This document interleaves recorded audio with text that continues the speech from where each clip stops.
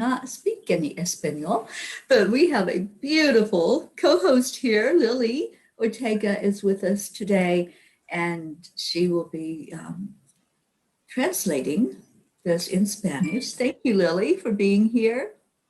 Gracias, Teri. Gracias for being here as well. Absolutely. Lily, you kept the show live. You kept it going and with wonderful guests and beautiful energy.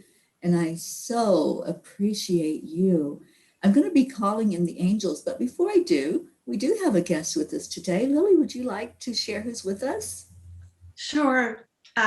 So we have today with us Michelle Madrid Branch, and I would like to read her, her part of her story or her journey. It's just brief, but it will help everybody know who Michelle is.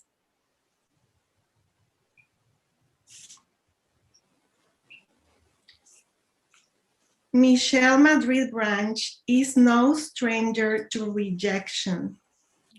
She is a former foster child from the United Kingdom who was labeled inside of the system as difficult to place. Michelle is also an international adoptee who has journeyed the many questions and emotions of that experience. She understands how hard it can be when rejection touches our lives and the limiting belief of "I am not really wanted" is seated. Michelle believes that every person, every woman, man, and child is a hero, capable of healing pain, emerging from limiting belief, reframing experiences, and overcoming obstacles. As a former Emmy-nominated television news journalist, she now directs her passions toward writing, speaking, and coaching individuals to free themselves from rejection's sting and welcome themselves into a life of empowered promise. Michelle is also a mother who leads her multicultural family with love and laughter. She is the co-author of the award-winning children's book, Coco and Olive, The Color of Love, which she wrote with her Ethiopian daughter. The book celebrates diversity and shares a message that families of every kind and every color are beautiful. I would like to say it in Spanish, like the most important things here. En español lo voy a decir, y Michelle, ella no es ajena a sentirse fuera de sentirse como una persona que estuvo en el sistema que se le llama aquí foster care. Ella es una niña de foster care del Reino Unido que estuvo etiquetada en el sistema como una niña difícil de colocar. Ella es una persona adoptada internacionalmente que ha pasado por muchas cosas, muchas emociones en su experiencia, y ella comprende cómo puede ser muy difícil sentirse fuera de, sentirse que no pertenece a. Ella es autora, es madre de 3 hijos, una familia multicultural y diversa, y escribió un libro con su hija que adoptaron de Etiopía, que se llama Coco y Olive, que lo tenemos aquí en arriba. Este es el libro que escribió con su hija de Etiopía. Y está con nosotros el día de hoy para compartir su historia. Así que bienvenida, Michelle. Welcome, Michelle. Thank you so much. Thank you to both of you. Gracias, gracias. Muchas gracias. That was beautiful. Thank you. It's so beautiful. I cannot wait to hear from you today, Michelle. Before we do that, though, let's ask our angels to just come in and be with us here in this place, in this moment, and with all who are watching. So I'm just going to right now invoke the energy of the angels from the 4 directions, asking first Archangel Raphael from the east to just be present. Let the words that are spoken here today heal any hearts that may resonate with what we're talking about. Maybe you weren't touched personally in this way, but you may know someone dear to you that you can share this message with, and you can share this beautiful children's book with. Let's ask Archangel Michael to just really enfold us in an energy of protection, knowing that this is a safe place for us to speak these words, and a safe place for you, the listener, to open up to hear and to open your hearts. I'm asking Archangel Gabriel to gather with us today, to gather the energy of clarity so that we can have that mindset and that openness to know what is being talked about and to really know it, not just hear the words, but to hear the energy behind the words. And of course, our Archangel Uriel, ground us, help us to be balanced and centered, help us to be connected with our Mother Gaia and to the oneness that we all are. We are one spirit. And so let's ask these angels to touch each of us. I'm also asking the angels to put this out there to whoever needs to hear the words, whoever needs this message, and whoever that is, one person or many, they will be there. I have that assurance, I have that confidence, and I have gratitude to our angels for bringing those in to hear these beautiful words spoken by this beautiful lady, Michelle. Thank you, angels. Thank you for being with us. Thank you to our audience for being here with us. And Lily, I'm so grateful for you as the host and grateful for you for finding Michelle and bringing her to us. And I'm going to turn it back over to you. Yes, I'm going to say in Spanish briefly what you said, Teri.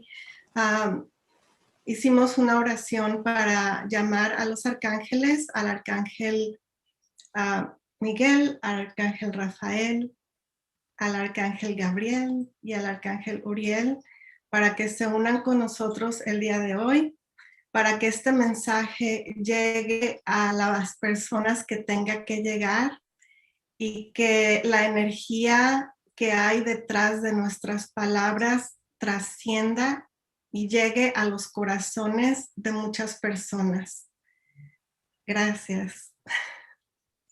Beautiful. Thank you. Gracias. Oh, well, yeah, I'm gonna open the space for you, Michelle, to share whatever you feel to share with us. So thank you. Oh, thank you so much. That is so beautiful. The opening prayer, thank you, and the welcoming. And the creation of this sacred space, this safe and sacred space to share and to learn and to grow and to heal, planting the seeds of healing. I'm often amazed daily amazed actually by our stories, our individual stories, and how we can we can be so in our stories that we don't necessarily see the power of our stories. It can seem sometimes like a very broken place. Yet when we are able to share our stories with each other, I think we begin to see a power. We begin to sense a power moving through us, moving through the space, touching each other, encouraging each other onward, and finding some deep truths that maybe someone else sees in our story, or we become aware of just through the speaking of it. And so I think I would start first by just saying, wherever you may be in your story, as long as you have breath, you have purpose. And I think that's so important to remember, because sometimes the purpose can seem very sort of elusive and just beyond our reach, but it's there and it's awaiting us. And so never, ever forget that, and never, ever give up. I tell myself all the time, as long as you have breath, you have purpose. So keep going. My story is one that it started in the United Kingdom. I was, as it was put in my foster records, I was the illegitimate child of an English woman and her Spanish lover. My birth mom was actually married and had 3 children. At the time that she became pregnant with me, she had an affair with my birth father. I was the product of that. And so there was a lot of questioning of what needs to be done. My mom went 3 times on 3 different occasions to try to abort me. And I say and I write that she just couldn't seem to remove me from herself. And so I came into the world on a January morning.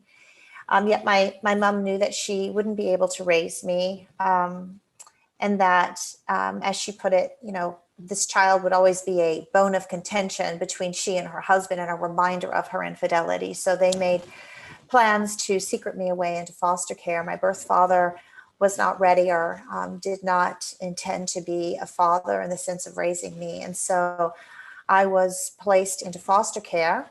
And my foster care was a woman by the name of Mrs. Hipkin.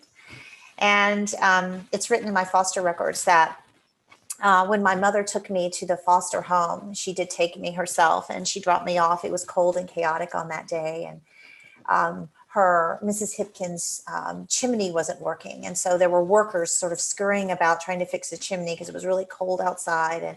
And thus it was chaotic. There was a lot going on. And yet my mother left me in that place. And I went from her arms into the arms of my foster carer. And Mrs. Hipkin wrote letters to whoever might one day adopt me, if there would be a family like that out there somewhere, about my likes and my dislikes. And she sort of was that buffer, and she took note and notations, and wrote little letters that sort of became my link to that part of my life after I was adopted.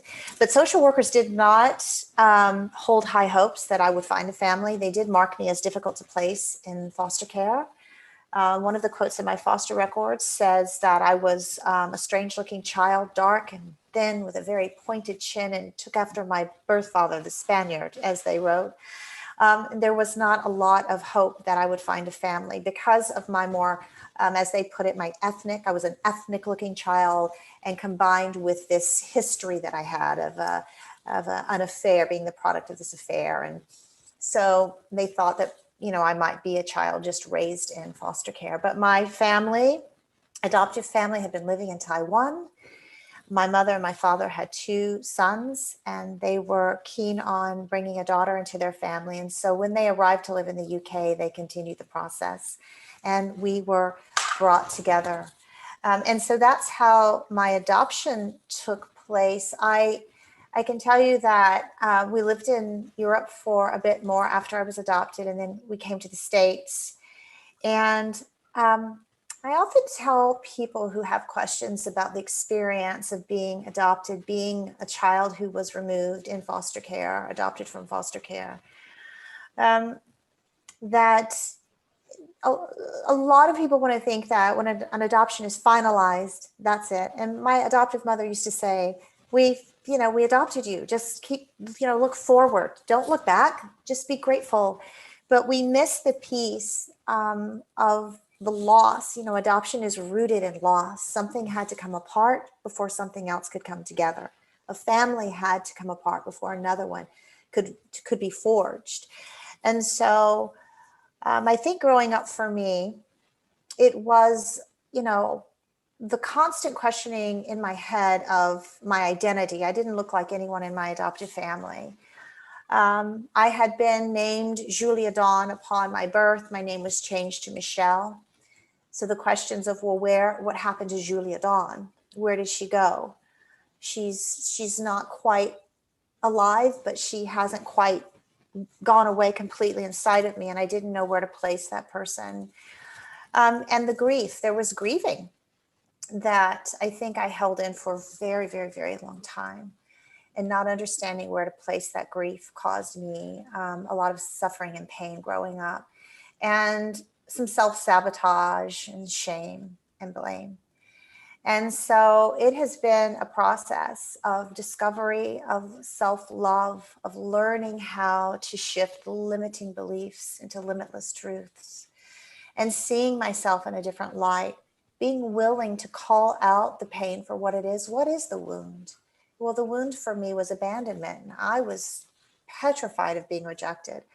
I was pretty much a people pleaser for a long time. Even if it made me sad, I would do what I needed to do to make someone else happy because I was so worried that they might leave me. And so all of these things I've had to, it's like peeling away the onion. You take off a layer, and you go deeper and deeper and deeper.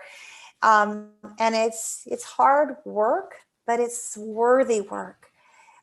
When we begin to arrive at a place of truth for ourselves and within ourselves, I always say that reunion within is the most special reunion one can ever have. And I know that because in my teens, I went back to England to reunite with my birth mother, and thought that she would be able to answer all of my questions and heal all of my pain like a fairy godmother, and she wasn't equipped to do that. And it was asking too much of her, right? I was still giving my power away, thinking that someone else outside of me held the power to heal me.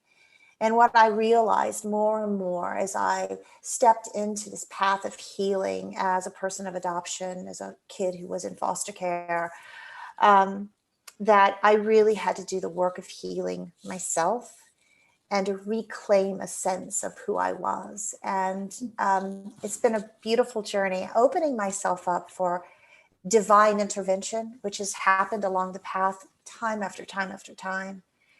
It's been a beautiful journey, a long journey. And, the journey of adoption is lifelong. It doesn't end. 5 years ago, I found actually a little over 5 years ago, I found my brother on my birth father's side. He didn't know he had a sister. I didn't know I had a brother, but there was divine intervention that happened, and we found each other.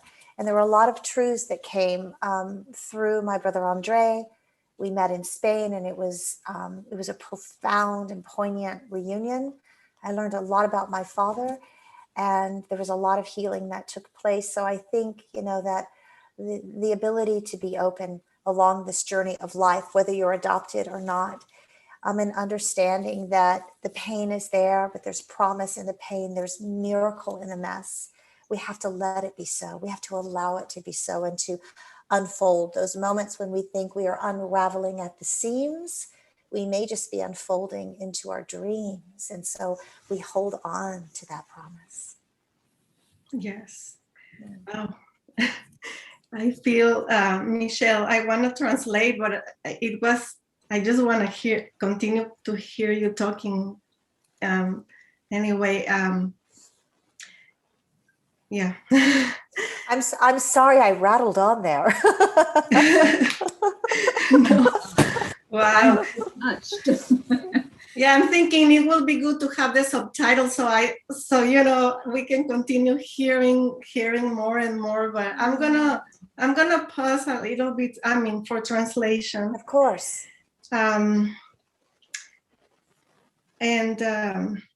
So Michelle dice que ella está sorprendida siempre se sorprende de cómo por medio de nuestras historias nosotros adquirimos poder.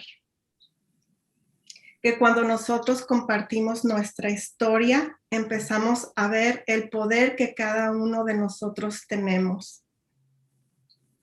Y entonces vemos la verdad y la esencia que cada uno tenemos. Ella empezó diciendo que donde quiera que tú te encuentres en estos momentos, mientras tú respires, tienes un propósito. Nos comparte también que ella es una persona que que nació en el Reino Unido, como se le llama una hija ilegítima por varias circunstancias en su familia, y que su madre en varias ocasiones intentó abortar. Y también nos comenta que fue cuando la pusieron en foster care porque su mamá y su papá no podían hacerse cargo de ella. Y llegó a las manos de Mrs. Hipkins. Mrs. Hipkins, ella escribió cartas para sus futuros padres que la adoptaran, escribiendo lo que a Michelle le gusta y lo que no le gusta, entre muchas otras cosas. También nos comenta que Michelle, que su trabajadora social, decía que ella comentaba que Michelle era una niña difícil de colocar por diferentes razones. Y entonces todo eso para Michelle fue como una carga muy, muy fuerte desde entonces. Su familia adoptiva era de Taiwán, pero ellos estuvieron, ya ella con su familia adoptiva estuvo viviendo en Europa por un tiempo y luego ya se vinieron a los Estados Unidos. Michelle comenta que ella creció siempre dudando de su identidad por muchas razones, y una de ellas es pues que le cambiaron el nombre, le cambiaron su nombre, pero esa es solo una razón, porque hay muchas razones por las que ella no encontraba su propia identidad.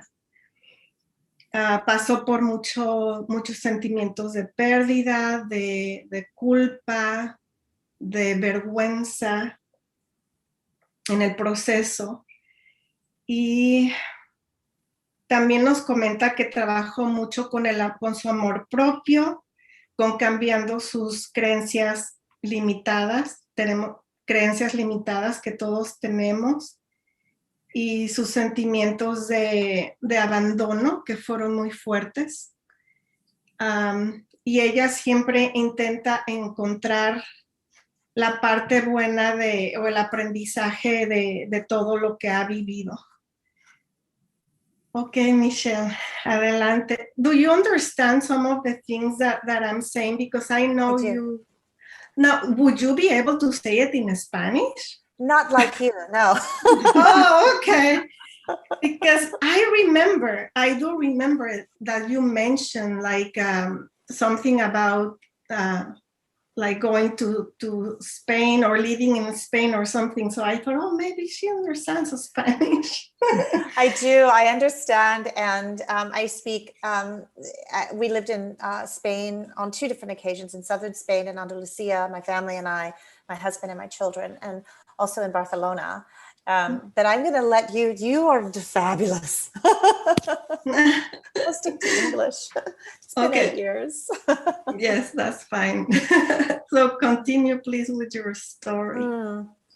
How I was saying, the recognizing that in a moment where we feel like everything is unraveling, being able to stop and shift that and try to see it as an unfolding. What is this moment here to teach me? What am I here to learn? how might this situation, even though it's hard and it's painful, be happening for me in some sense and not to me? And for a long time, I felt like a victim of my circumstance, and it was a very disempowering way for me to live. And I understand it, intimately. But at some point, I wanted to feel a power that I knew I had inside of myself. I knew there was more, and I wanted there to be more. As I grew, I should say that, when we moved to the States after I was adopted, and we did relocate back to the States where my adoptive parents were from. My adoptive father struggled with alcohol all of my growing up years. And so I was not a little girl who felt at all adored by a father growing up. I knew that my birth father had chosen not to step up and to step into my life. And that was a physical abandonment. And then I had this father in my life. Physically, his presence was not always around, but he was around physically, but emotionally, I had no support from my father. And he once told me, I got you as a gift for your mother. How you turn out, good or bad, will be up to her. And how that resonated inside of me was that gifts, if someone doesn't like the gift, if the gift appears broken or imperfect, or if it doesn't fit well, it can be sent back. And so I grew up with a lot of fear that somehow, some way, at some point, I would be seen as this imperfect child, that I knew that I was broken and battered from my story, and a kid who didn't look like anyone in my family. I could feel my father's disapproval on many levels. And I just lived a life of expecting to be sent back to wherever it was that I had come from. And so there was a lot of fear there. I just feared rejection. And Lily, tell me when you want me to stop. But the way I dealt with the fear of rejection was to try to be as perfect as I possibly could. And you hear this a lot with kids who have come through foster care or have been adopted. This desire to be perfect. And not show any cracks, because if you do, someone might figure out that, in fact, you're not perfect, you're human, and maybe that won't be embraced. And so, I wanted to have the perfect grades and be the perfect daughter to my mother and be that emotional and support for my mother when we were dealing with a father who, her husband, who was an alcoholic. And those were some really hard years of not being able to voice the pain that I was experiencing, not only as an adoptee, but as the daughter of an alcoholic father. And so there was just a lot of shame and secrecy and self-blame, because I used to hear from my adoptive brothers that our dad didn't always drink. He didn't used to drink. But things seemed to change when I came into the family. And so I just figured it was me. I was the one who caused my father to drink. I was the one who caused my first parents to leave. I was innately bad. I didn't know why. I couldn't figure it out. But the only thing I knew to do was to try to be as perfect as possible and not speak how I truly felt, to just choke off my truth, be as quiet as I could be, walk on eggshells, and be that daughter that I knew my mother wanted so desperately. And it wasn't a healthy way to grow up in that way, feeling so afraid. And it really wasn't until I left for college and went to New York that I started beginning to see that there might be another way to be and to live. And that there was a big world out there filled with diversity and stories and people who really wanted to hear my story as much as I wanted to hear theirs. And so college for me was a big awakening. Do you want me to stop there, Lily, for a moment? Sure, yes. Sure. Gracias. Sí, de nada. Michelle nos comparte que que en su proceso ella siempre reflexionaba, es esta experiencia, ¿qué me está dejando? ¿Qué es lo que tengo que aprender de esta experiencia? También nos comenta que muchas veces se sintió víctima, pero que al mismo tiempo ella sabía muy profundamente dentro de ella que ella tenía poder. Ella lo sabía, era como su intuición que en el fondo le decía, yo tengo poder. También nos comenta que su padre adoptivo era alcohólico y que su padre le llegó a comentar alguna vez que Michelle era un regalo para su madre, y que su madre se iba a hacer cargo de ella en realidad. Ella siempre se sintió desaprobada por su padre. Entonces Michelle siempre vivió con mucho miedo de ser rechazada constantemente, del rechazo.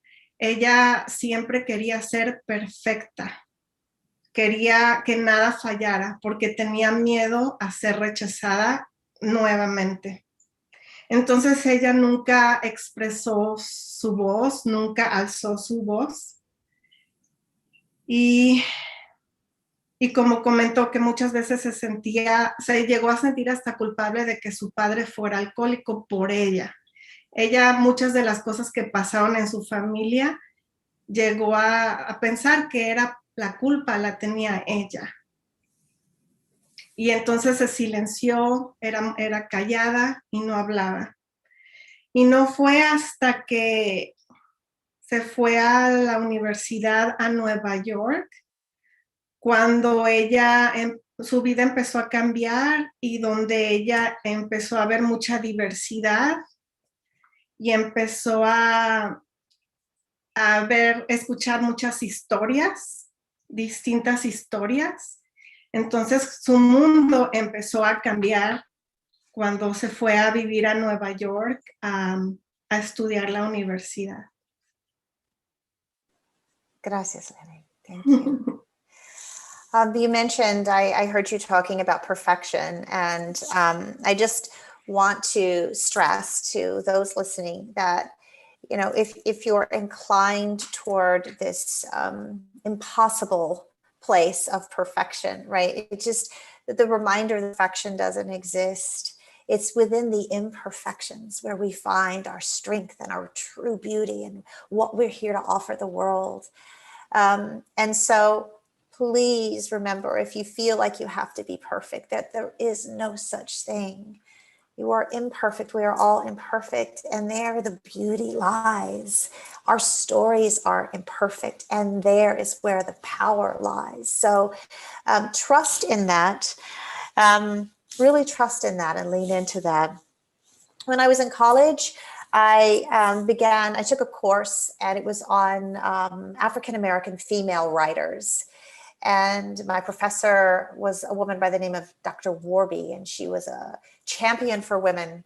I used to spend hours in her office in New York talking to her about women's empowerment and finding a voice as a woman. And I began to read the works of African-American women writers. And it was this book, this like very book, Maya Angelou, I Know Why the Caged Bird Sings, that profoundly changed me. I feel like Maya Angelou actually raised me in many senses of the word. She mothered me with her words, and I'm forever, forever grateful. And she reminded me of the power of our voice, and that, you know, she says that there's no greater agony than carrying an untold story within us. And that really woke me up to the power that my story might possess. And I started looking at that and sort of exploring that, and how could I empower myself through my own story, and then someday hopefully empower others. So New York and college, my university life was a pivotal turning point for me, where I began to really step into myself and began to find my voice and explore what it meant to, really connect with my identity. And I realized that I was a transracial adoptee, and that was beautiful. And I wanted to have a sense of pride in who I was, and not to hide it, and not to live someone else's narrative for my life. Because that does a good deal of damage to us if we're living someone else's narrative within someone else's story of who they want us to be, and never really finding who we are on our own, and stepping into the truest, version, the fullest version of ourselves. So I began to rewrite my story in many senses. I stepped into my own narrative, and I wanted to author my life story. Remember, we are the authors of our life. What do we want to be within the chapters of our book? We have the power to write our story. And so don't ever forget that. You have the power. I ended up getting my master's in broadcast journalism, and I began doing the work as a television news journalist. And I was really good at it. And I thought that's what I was going to be doing forever and ever and ever. And then I had a voice that would speak to me and say, what you're good at, you can be good at something, but it may not be your calling. And I felt that angels were guiding me to stop and really examine what I was doing, and ask myself the quality question of, is it my calling? Was it my calling? And ultimately, it wasn't. It had brought me to a place. I think there's so much of that work that I did that I use now in the work that I do, but it wasn't my calling. And my calling was to be a voice for the voiceless, to be a voice for adoptees, to be a voice for those who throughout the decades have been told that we didn't have a voice, that our voice really doesn't matter, that we need to just move on, be grateful, don't grieve, be happy. And that this has done such a great deal of harm to this community of people who need to feel what they need to feel in order to heal, who need to speak their truth, who need to step into their truest identity and love themselves for who they are. And so I left television news, and I began the work of becoming a life coach, specifically an adoptee empowerment life coach, which is the work that I do today. And I can stop there, Lily, if you want. Yes, thank you. Michelle nos comenta que, hablando de perfección, como ella cuando creció buscaba ser perfecta.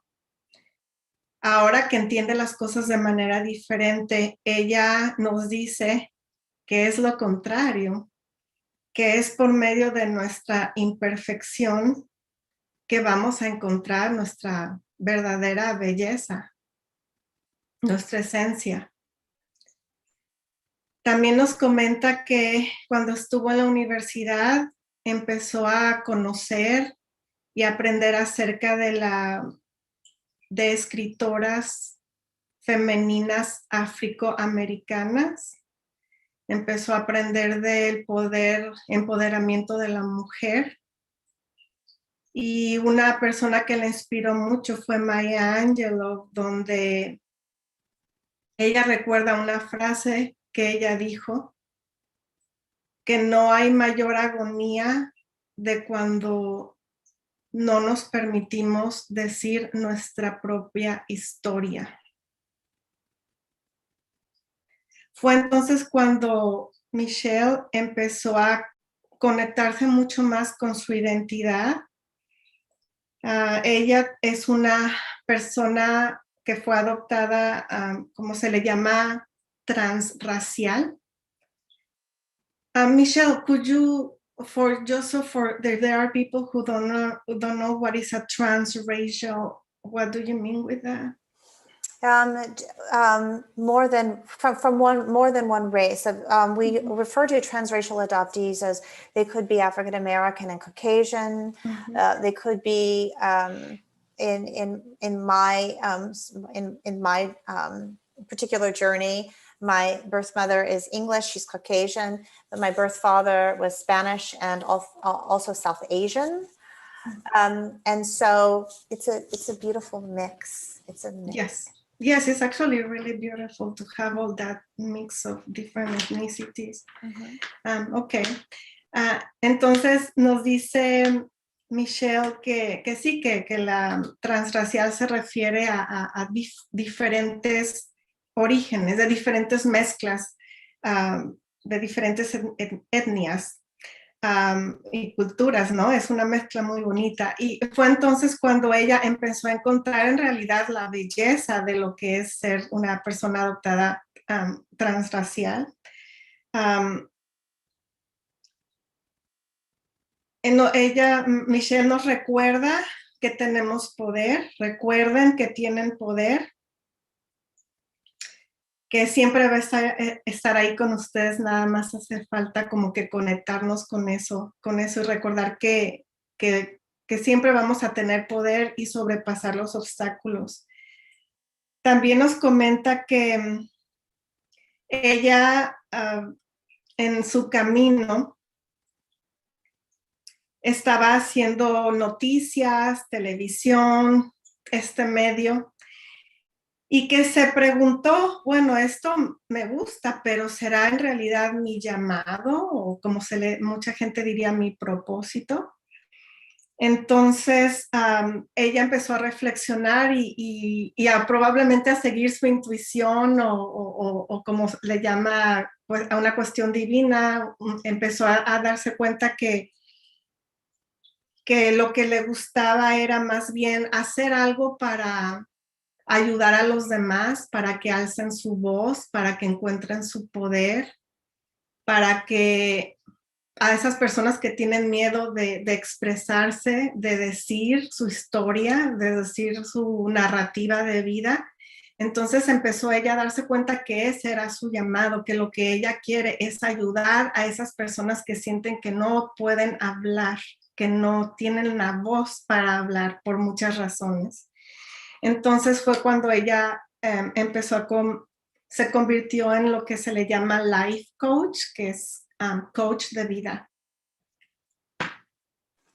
Thank you, Lily. Thank you, Lily. So the work that I do today is so meaningful, and I find that there are so many adult adoptees who really are aching for a space, a safe space to explore their stories and to find a path toward wholeness. And it is an honor to serve them. And it makes perfect sense to me that my journey is what it has been to arrive at this place, to be able to help. And, you know, when I married my husband, Jeff, who's from Santa Fe, New Mexico, I ended up living in Santa Fe for 10 years. And it was, you know, it was incredible for me. It was a lot of transformation that went on. I was used to sort of rushing in my life and in my career, always moving to the next thing. And when I arrived in Santa Fe, everything was still and quiet. And I began to learn how to sit in stillness and hear a voice that I'd never allowed myself to hear before. Santa Fe has that kind of energy. And I saw many alternative healers. I began to learn more about, you know, Chinese medicine and acupuncture and different ways of healing. I saw a Maori healer from New Zealand who did a transformational session with me, and on and on and on. And I really began to sit with my pain, not run from it, not dance around it, but sit with it and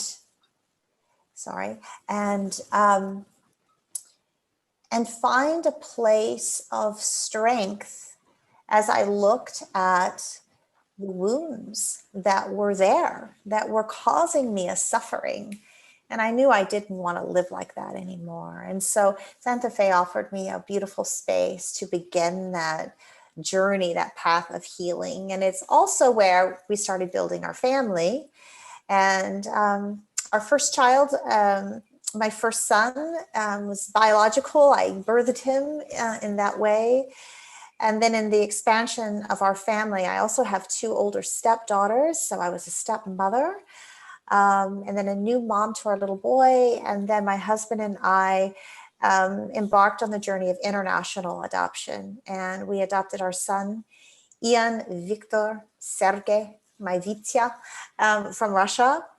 And then in 2010, we adopted our little girl from Ethiopia. And people will often ask, why did you decide you're adopted? You had this tough journey. Why did you decide to adopt a child? And I think it felt natural to me in many respects. I felt like I spoke that language fluently, and I understand it intimately, and that I could parent a child and help them through the journey. And I have been blessed. Talk about angels. My kids are angels. They're magnificent. They're unique and individual, and they teach me so much. They've each taught me so much about life and how to live. And so as a mother, my focus and my passion has been to help them always find their voice, to always believe in who they are. I mean, we're a multicultural family. We're all shades in our family. And it's why my daughter and I wrote this little book called Cocoa and Olive, The Color of Love, because, she looked at me, I think when she was about 3, and she started to vocalize what she saw in the differences in our skin tones. And she would say, I'm Coco and you're Olive. And so we just decided in 2019 that we were going to write a book together about the many different colors of love and how those colors can come together to form something very unique and very beautiful and very hope-filled and very promising. And so this little book follows the journey of a mommy dog and her little puppy dog and their journey of coming together as mother and child. It is a story of adoption, but beyond that is a story of embracing diversity and honoring each other for who we are, and never, ever, ever demeaning someone because they don't look the way that we do, or their story's different, or there's such power and beauty and diversity. And oh my gosh, what would we do without it? What we learn from our diversity is, I think, a wealth. It does our world a wealth of good. And so this little book explores some deeper topics, but in a very playful, joy-filled way. And we've been really thrilled to see it land into the homes of so many families out there. Transracial families, families of adoption, families who just want to, or parents who just want to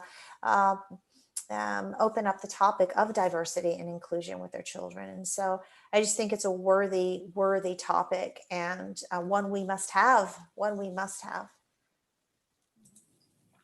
Michelle, I know that Lily's going to translate what you said, but I just have to make the statement that you are an earth angel. You're talking about your children being angels, but oh my gosh, I'm so touched by your story.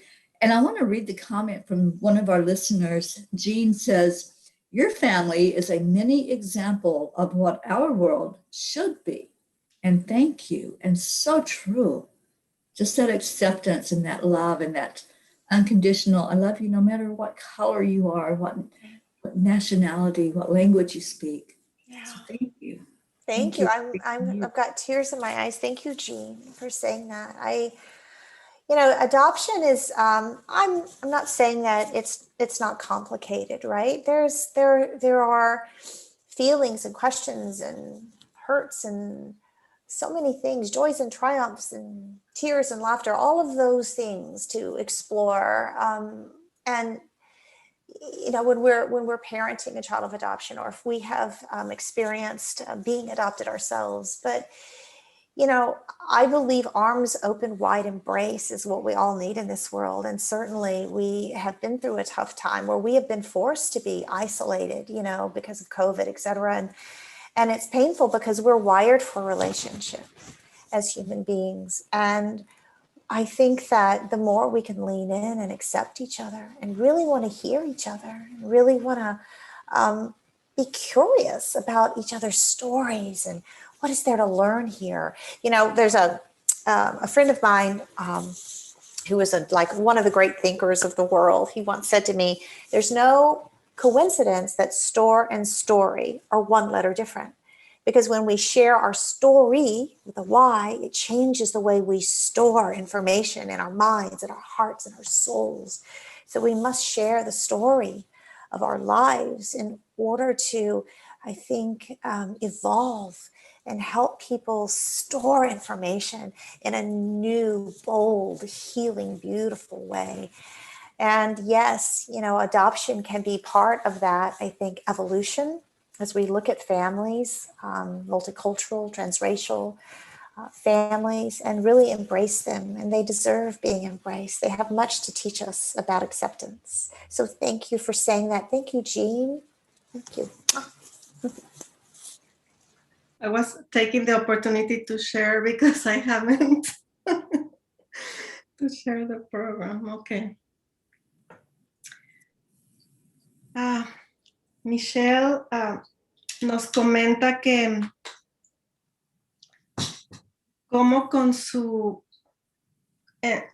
camino ella encontró esa jornada hacia sentirse completa, como le llama ella wholeness. Whole, que es como todo, pero es como uno solo igual. También nos dice que ella estuvo un tiempo viviendo en Santa Fe, se casó y vivió ahí por 10 años. Ella en ese tiempo tenía una vida ocupada, siempre como acelerada, y ella encontró mucha tranquilidad en Santa Fe, en la energía que ella sentía en esa área. Dice que es una energía muy tranquila, donde todo es un poco más calmado. Entonces la ayudó como que a desacelerar su ritmo de vida, y también encontró muchos sanadores alternativos. ¿Cómo se le llama? Alternative healers. Y ella tuvo mucha oportunidad, como ella le dice, de sentarse calmadamente a sentir su dolor y a encontrar qué es lo que le causaba ese dolor y a vivirlo, ¿no? A sentirlo. Entonces fue otra jornada en ese aspecto, como que enfrentar toda esa pena, dolor que ella había sentido por mucho tiempo. Pero estaba en su camino hacia la sanación, y eso es bueno. Asimismo, ella empezó a tener familia y ella tiene un hijo biológico, tiene 2 hijastros y tiene un hijo adoptado de Rusia y una hija adoptada de Etiopía. Ella dice que sus hijos son ángeles y que le han enseñado mucho, que han sido sus maestros por muchas razones. Dice que su hija que adoptó de Etiopía, ella a los 3 años empezó su hija a darse de alguna manera cuenta de la belleza de la diversidad a su manera. Como niña lo empezó a ver, y fue como Michelle y su hija, por decirlo así, escribieron el libro que se llama Coco y Olive, y que es un libro que habla de una niña, de un perrito, de una mamá y de su jornada. No nada más habla de adopciones, en realidad habla de cómo unirnos todos, cómo estar unidos. Habla mucho de la belleza de la diversidad y de la importancia de reconocer y de ver la belleza de lo que tú eres, de quién eres tú. As I was saying this, something came to my mind. I am trying to remember. Sí, ya me acordé, lo voy a decir en español. Este libro no nada más es para familias adoptivas, es para cualquier familia que quiera aprender o que quiera explorar o que le resuene, que vea la belleza de la diversidad, de la belleza de que todos somos diferentes. Entonces es un libro muy completo en ese aspecto y fue escrito por Michelle y por su hija. Así que, yes, it is a beautiful book, Michelle. I have it. It's beautiful. Thank you so much. I appreciate every word that you just shared. Thank you. Thank you. You know, I think that Maya Angelou, I'm going to go back and quote her again, because she once said that we can't control the circumstances that happen in our life. And I'm paraphrasing this, but basically she said we can't control the circumstances that happen in our life, but we can choose not to be diminished by those circumstances. And I think that's such a worthy truth for us all to hold so close to us. That yes, things happen in life, but it doesn't label us as a certain thing, to stay in a certain position or place in our life. And so I, always go back to some of the early truths that I learned within Maya's writings, and I think they're timeless and beautiful. But I should add that that choosing not to be diminished by your circumstance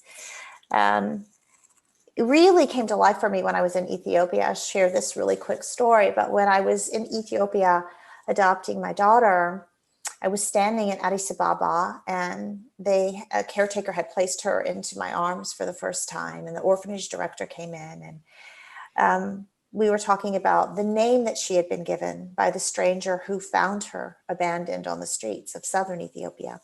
And the name was Tiblet, Tiblet. And I said, well, what is the translation of Tiblet? And the director of the orphanage said, it means let her be greater. Let her be greater than this circumstance. Let her be greater than this moment. Let her be greater than the broken pieces of this current story that she's living, that she finds herself in. Let her be more. And it goes back to Maya's quote of, we don't have to be diminished by these harder moments in our lives. And that was really a trigger point for me, because my daughter was really, really sick, and I brought her back to the States. She was diagnosed as failure to thrive. And as I looked into her watery eyes, she was riddled with giardia, very sick. I saw a reflection of my own ailment, really, as I looked into her eyes that were watery. And I realized that I had really given myself the self-diagnosis of failure to thrive in my life. I just believed that life was going to fail me, and I expected it.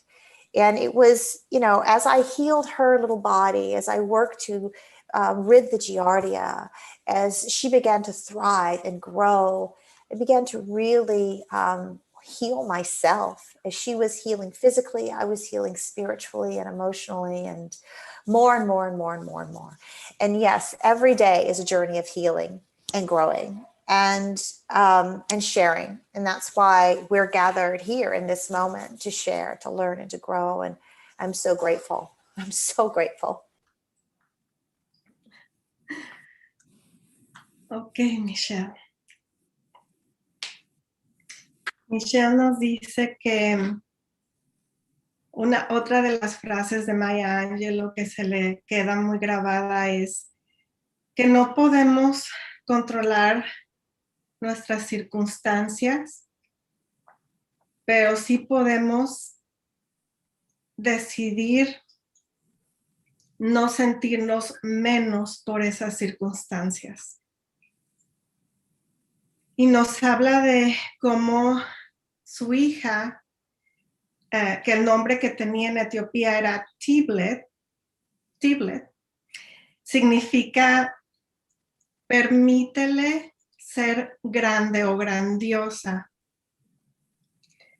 Ese nombre en sí suena muy bonito y ya tiene un significado por sí solo. Y nos comenta también Michelle que su hija, cuando estaba muy chica, tenía lo que se le llama, no tenía capacidad para, por decir, para sobrevivir o para vivir, failure to thrive, como se le dice en inglés, y que Michelle aprendió en todo ese tiempo con su hija cómo salir adelante de eso del failure to thrive, como le llamaron,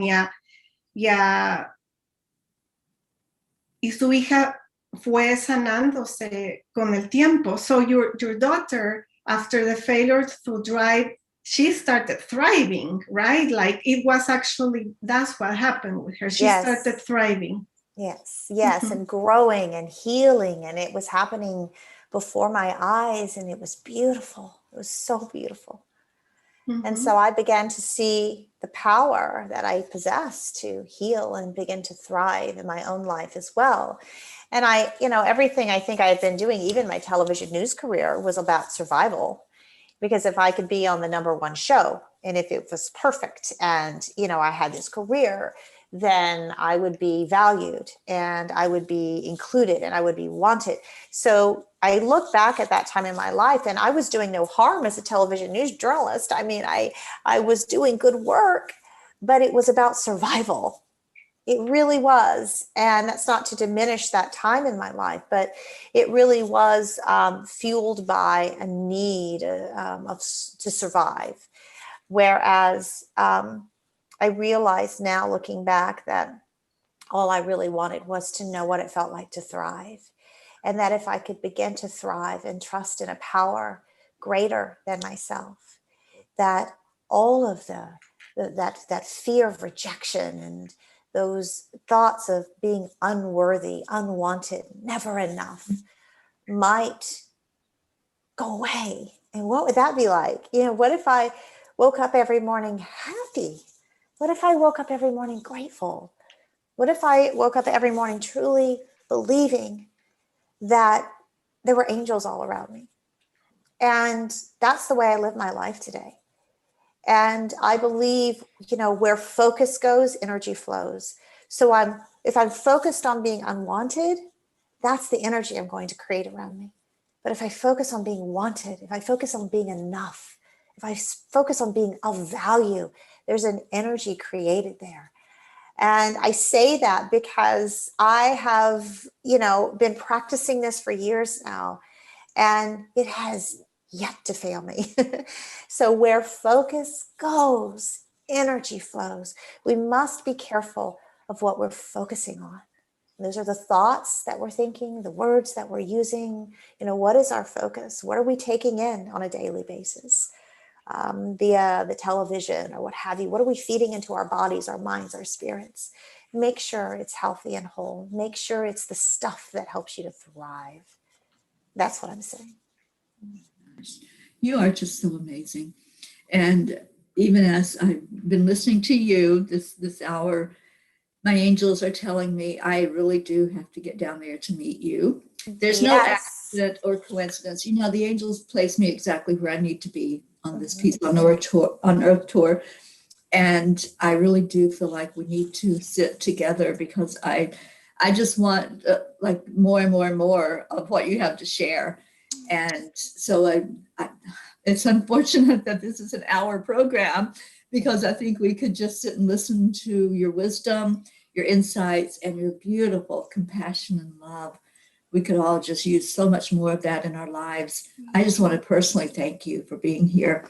And I want to thank Lily for finding you, to bring you to us, to be here with us today. Oh, my life has been blessed immensely by this hour together. Thank you so much. I can't wait to meet you and be able to hug you and Lily and all of you out there. And I heard you say Earth Tour, and I love that. This is my Earth Tour. I love that.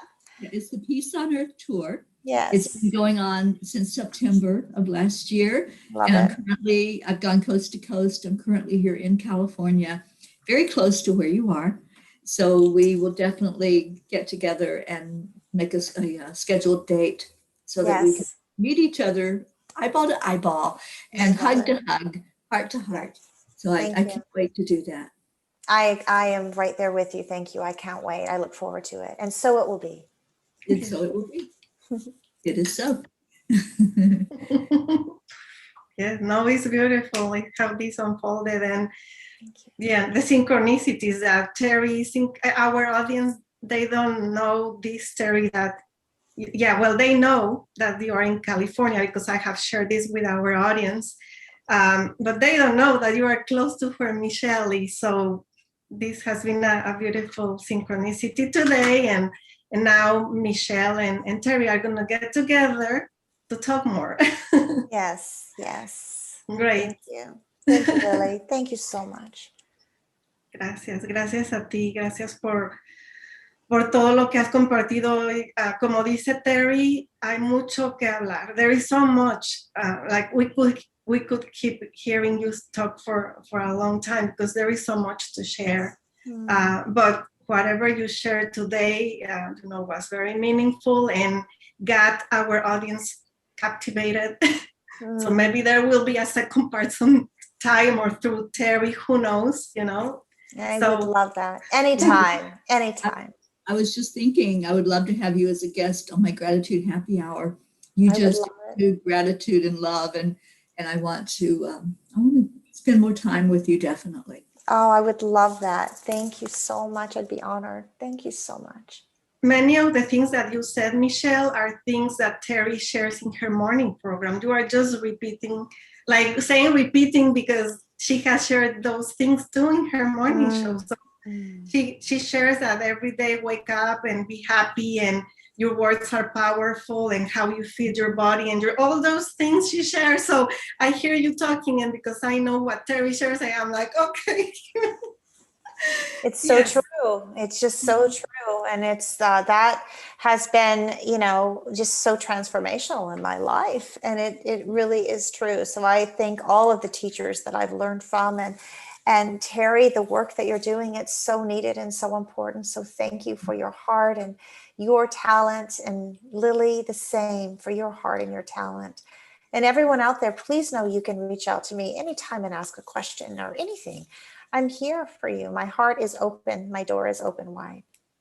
Yes, we will be posting into the comments your information, Michelle, so people can reach out to you. I will have your website, your Facebook, Instagram, all of that. I will post it into the comments. And if there is any questions that the audience has in the replay, you are welcome to write it down and okay. Yeah.